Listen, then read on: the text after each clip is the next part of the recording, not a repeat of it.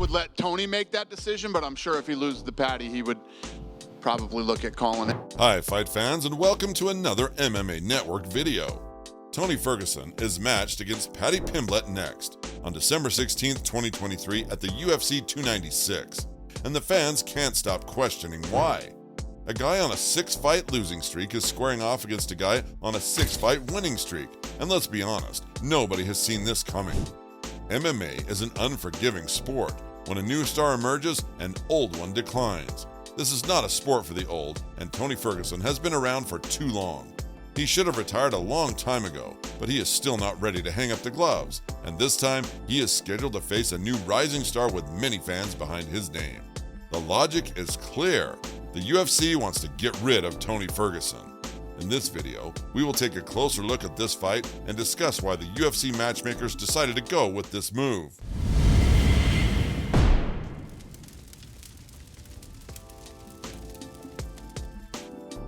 From October 2013 until June 2019, Tony Ferguson snatched 12 souls, 9 of whom earned travel tickets to the Dead Sea.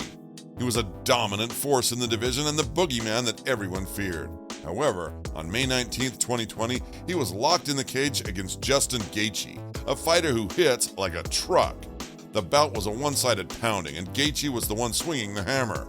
Tony's 12-fight winning streak was broken, and he tasted a defeat for the first time in over 5 years. It seemed like El Cuy Cuy had a bad night, and he'll put that loss behind him and continue sending opponents to oblivion. Unfortunately for him, things went from bad to worse when Charles Oliveira and Beneil Dariush dominated him in their own domains, making him look like a fish out of water. In the next bout, he was eager to return to the winning column and needed a big victory against Michael Chandler. The former Bellator champion reminded everyone why his striking is as deadly as a .44 Magnum shot by kicking Tony's head to the moon, leaving him on the canvas completely unconscious. El Cuy Cuy continued drowning, and in his next 2 bouts against Nate Diaz and Bobby Green was given the option to tap or nap earlier those nights. Paddy Pimblett, on the other hand, has been on fire and quickly emerged on the stage as a potential superstar. Prior to making the UFC, he was a former Cage Warriors lightweight champion with a solid 16-3 record. The UFC matchmakers couldn't ignore such talent and welcomed him into the organization. In his UFC debut against the BJJ black belt, Luigi Vendramini, the Englishman, was eager to go out there without a bulletproof vest and a helmet. By the end of the first round, he bounced Luigi's head like a pinball machine and earned his first performance of the night bonus. The rising star continued his momentum against Rodrigo Vargas and Jordan Levitt, reminding everyone that he is an elite grappler who squeezes like an anaconda suffocating its prey.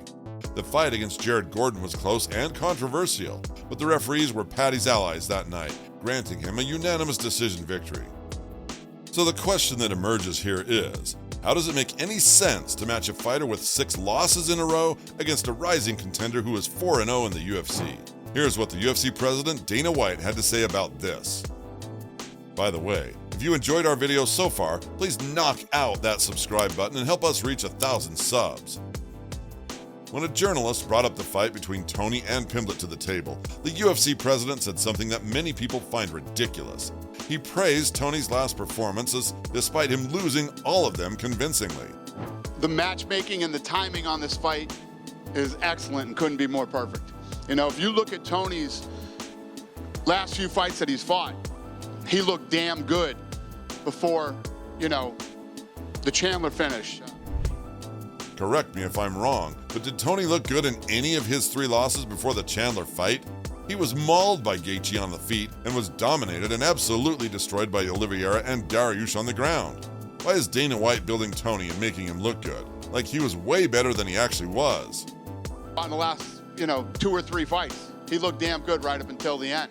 So it's a fun, interesting fight with 2 fun and interesting characters. Well, even in his last 2 fights against Nate Diaz and Bobby Green, Tony wasn't even a shadow of himself and certainly didn't look any good. Not to mention that he was submitted by Bobby Green, who was not known for possessing elite submission skills. The UFC president continued, saying that if Tony loses this fight, he should probably retire. Done a lot of things, had a lot of big fights, and probably be a wrap for him, hopefully. Of all of the things Dana said, the 2 things that make sense are that both fighters are interesting characters and that Tony should retire after this bout. But then again, why is Dana White building Tony as if he is still an elite fighter and looked great in his last bouts despite being completely outclassed in them all? There's only one reason this fight is made: to build a young rising star from a legend's name. Everyone knows Tony Ferguson is slowly but surely knocking on the retirement door. He is almost 40 years old, and he's been on a 6-fight losing streak. The thing is, despite the deadline, Tony Ferguson is a legend of the sport, a star with millions of fans supporting him. Paddy Pimblett is one of the rising stars of the sport, and if he wins against Tony Ferguson, he will build up his name even more off of a legend like Tony, and he will undoubtedly gain thousands of new casual fans who know who Tony Ferguson is. The UFC is probably looking at Tony as an old, broken Ferrari that needs to be replaced by a new car. They know that, like it or not, he has a fight or two left in the gas tank. So if they make him lose and call it a career, why not against a guy like Pimblett, whose popularity is skyrocketing now, let alone after a victory against a legend like Ferguson? But the thing is, an even declining and over-the-hill Ferguson is good enough to cause Pimblett some problems and make him run for his money. The stakes for Paddy are high because if he wins, he will gain popularity. Still, if he loses to an old fighter with a 6-fight losing streak, he will lose his legitimacy forever, and nobody will consider the Englishman a serious contender for the title. If Pimblett wants to win this fight convincingly, he needs to go after Tony early and start rocking him with heavy shots. Otherwise, Ferguson could wear Paddy down and start gaining momentum in the later rounds with his cardio and endurance. A fighter like Jared Gordon outstruck and out-wrestled Pimblett, and if he could do it, Ferguson could probably cause some trouble to the Englishman as well. An old lion is still a lion. Despite not being even a shadow of himself, Tony is arguably as good as Jared Gordon now, and some would argue that he is even better. However, if El Cuy Cuy doesn't manage to beat Paddy and gets outclassed again, then he should undoubtedly retire, because if he can't beat Paddy, then who else can he? We know Tony as a fighter who's been fighting for the title and has been in wars with elite top 5 competitors for years. He can earn some victories against guys like Paddy already fought, but is this the Tony we want to see? Fighting Paddy's scraps just to make some victories on his resume? Not only the UFC, but we as fans would also like to see Tony retire if he loses his next fight, because we remember how good he used to be and want to remember him as such.